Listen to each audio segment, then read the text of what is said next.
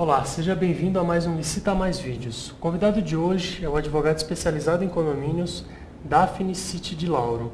E o nosso assunto de hoje é contratos de condomínios com administradoras. Dr. Daphne, muito obrigado pela sua presença aqui no Licita Mais Vídeos. Eu queria começar te perguntando o seguinte, de quem é o papel na escolha de uma administradora? O síndico é o representante legal do condomínio e cabe a ele contratar a administradora. A lei diz que ele pode passar a terceiros a parte administrativa do condomínio. E é o que eu defendo, que deve mesmo contratar uma administradora, porque a autogestão hoje é meio difícil, existem muitas obrigações do condomínio, inclusive perante Estado, município, declarações. Então, é bom que dê para uma empresa especializada nisso. E o síndico, ele contrata a administradora e depois deve levar uma assembleia que vai ratificar a escolha.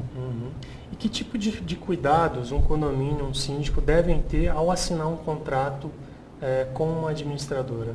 Deve ler o contrato, de preferência dá para o advogado do condomínio, que é especializado nisso, mas existem alguns itens básicos que ele deve tomar cuidado. O primeiro deles é que existem dois tipos de administração, falando em dinheiro do condomínio. É a administração pool, que é aquela que conta pool, que fica todo o dinheiro na administradora, em nome da administradora. Aí ela junta todo o dinheiro de todos os condomínios, põe numa determinada conta. E aí o prédio fica sem saber direito, mas o meu dinheiro existe, está lá ou não está, né? Então eu recomendo, e a primeira coisa é que a conta seja personalizada, em nome do condomínio. O síndico pode até passar procuração para o dono da administradora, para a própria administradora, para gerir a conta, movimentar, mas tem que estar no nome do condomínio. E os outros itens são que o contrato de administração está sob a égide do Código do Consumidor. Então, é uma relação de consumo e, se houver cláusulas abusivas, elas serão consideradas nulas. E por isso que eu falo que o síndico passa a ser síndico de um condomínio e já existe um contrato.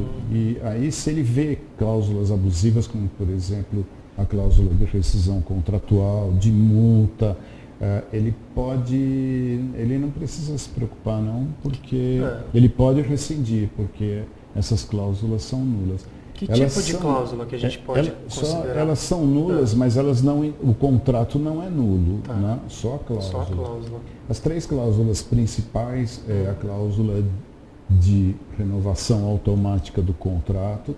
Eu sempre recomendo aos síndicos que não assinem com renovação automática.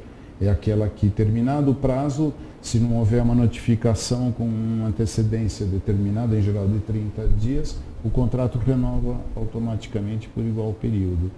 Eu sou contra, porque terminou o prazo do contrato, o contrato continua em vigor, só que o prazo terminou, então ele continua por tempo indeterminado. A outra é de notificação no caso de rescisão.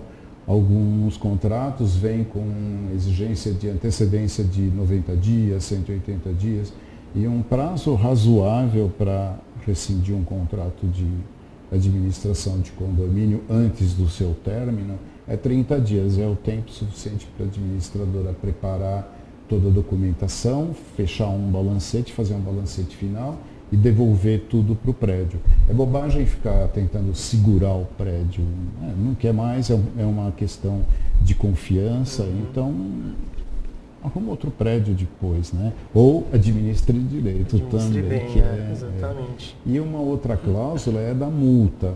No caso de rescisão antes do término do contrato, pode haver uma previsão exagerada de multa.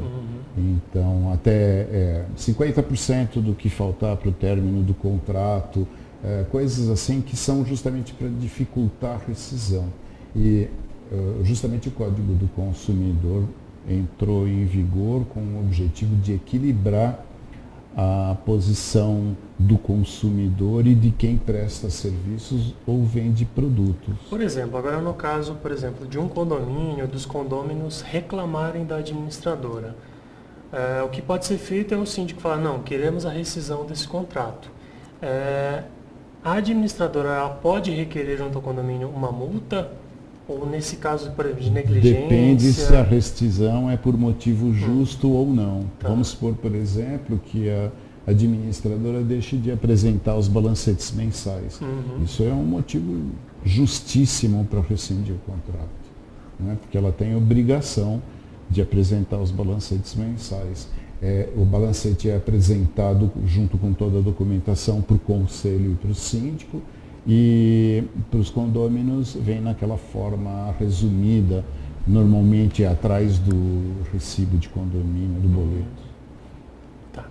Outra coisa, muitos condôminos acham que quando uma administradora assume a administração do condomínio, ela vai ter um controle total disso.